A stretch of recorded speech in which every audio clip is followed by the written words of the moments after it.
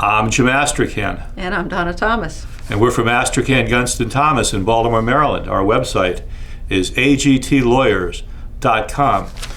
Well, Donna, we're here today to talk about what is probably one of the most important questions that a trademark owner has to deal with after the trademark owner has already decided it is worthwhile to obtain federal registration.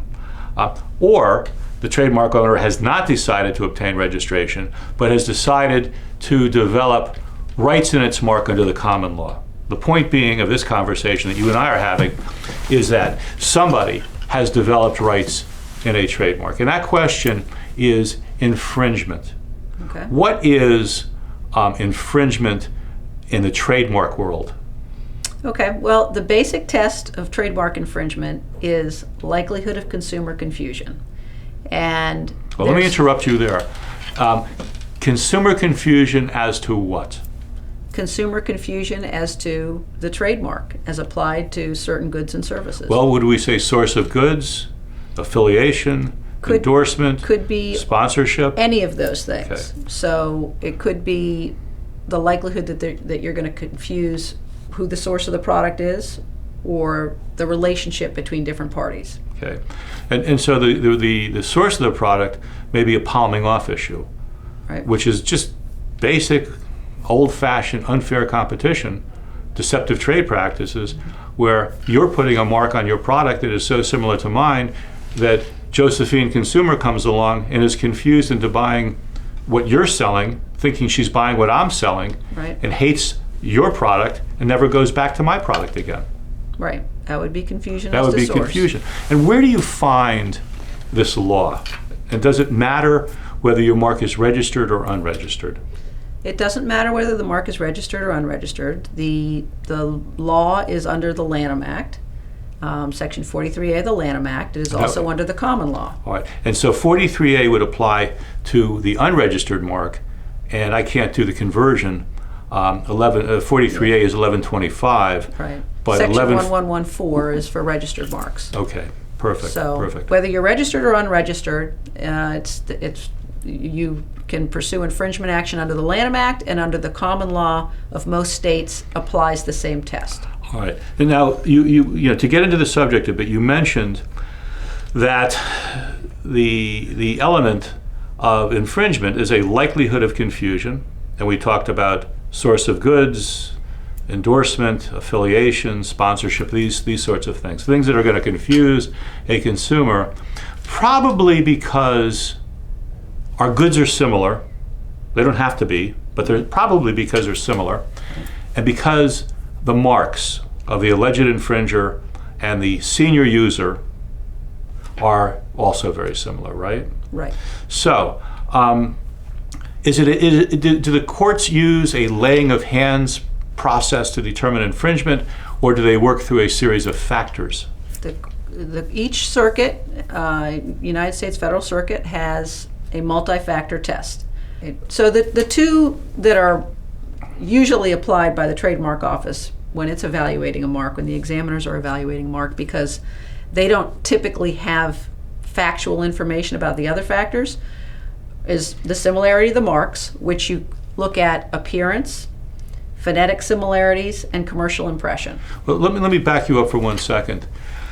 When you're dealing with the Trademark Office, and the Trademark Office is applying these tests, that's because the Trademark Office is deciding whether or not your mark is registrable, correct? Right, whether it's confusingly similar with any prior mark. But the Trademark Office cannot enforce any trademark rights.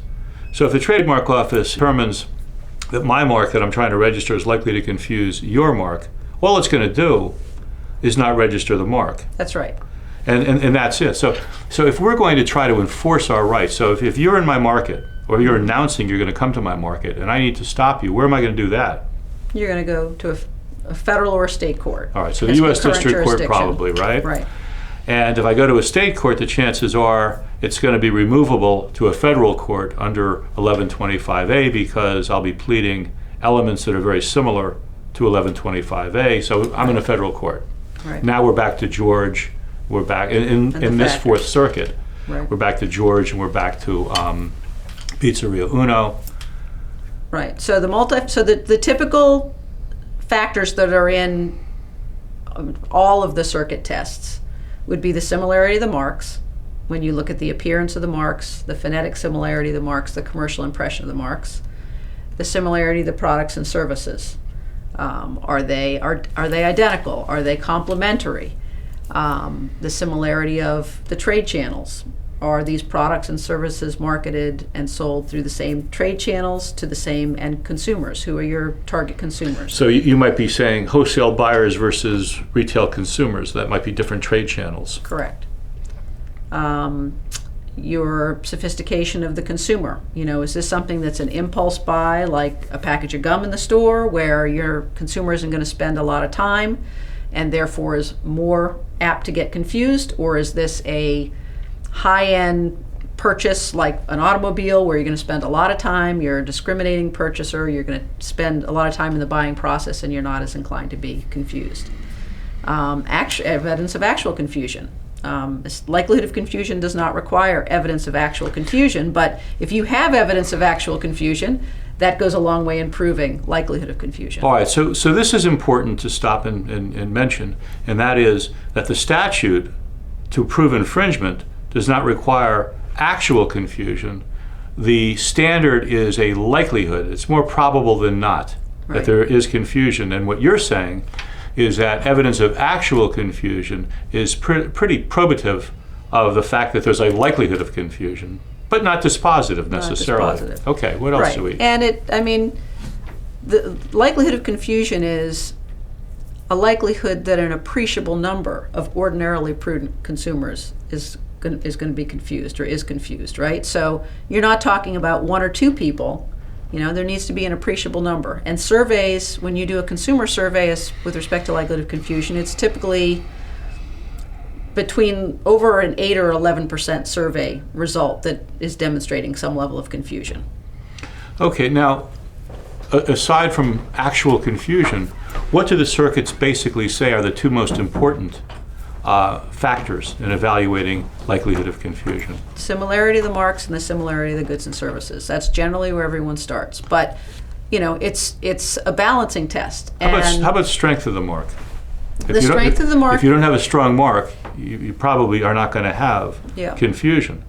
Yeah, the strength of the mark is important, and it's evaluated two ways, for conceptual strength as well as for commercial strength. So what does conceptual strength mean? Conceptual strength is where on a scale your mark falls. So a mark that's generic, or a term that's generic, for example, like facial tissue, is not protectable. It's in the public domain. Anybody can use it. A mark that's descriptive is subject to acquiring trademark rights if you advertise, promote, and sell enough under the mark that you establish secondary meaning or brand significance. The mark becomes distinctive. Then you fall into suggestive, which are marks that require a little bit more imagination to try to figure out what's sold underneath like them. Eskimo pie, for example, from an ice cream product. Right. So Flat, cold. those are inherently distinctive. They're immediately protectable, unlike the descriptive mark that you need to prove distinctiveness. And then you have arbitrary marks. So they're arbitrary terms applied to products like Apple and computer, or Giant and grocery store. And these marks are inherently distinctive. Right. So under the hunting world test that Judge Fredley, pronounced, these marks are instantly protectable. They are. And so that's the concept of conceptual strength, and commercial strength is also important in analyzing strength, is it not? Right. So commercial strength is, how long you've used your mark, how much you've spent in advertising dollars, and how much sales you've had under the mark. So in other words, are people aware of you? Right. You have to show people are aware of you. What's your market share? Because a weak mark may not be protected. So the stronger conceptually and commercially your mark, the stronger protection you have. But really the two factors that are given the most attention generally are the similarity of the marks and the similarity of the goods and services. And then, certainly intent is another factor. Intent is very important. If you can show that somebody had an intent to copy or to infringe, then they may be considered to have succeeded under certain decisions of different circuits. Right. And strength is critical. But so what you're saying, there are 9 factors that the courts are going to evaluate or try to evaluate, and not every factor is going to be applicable. Right. and they're not always going to be weighed the same. And they're not going to be weighed the same. That's important to know. You may have a case decided on the sophistication of the consumers. One last question for you. Is it possible for a trademark plaintiff or defendant to receive attorney's fees? It is possible. You have to establish that the case is an exceptional case to prevail in getting an award of attorney's fees. So it's something that's unusual, either in the way the case was prosecuted. For example, somebody might have asserted a position that really had no basis, no good faith basis whatsoever.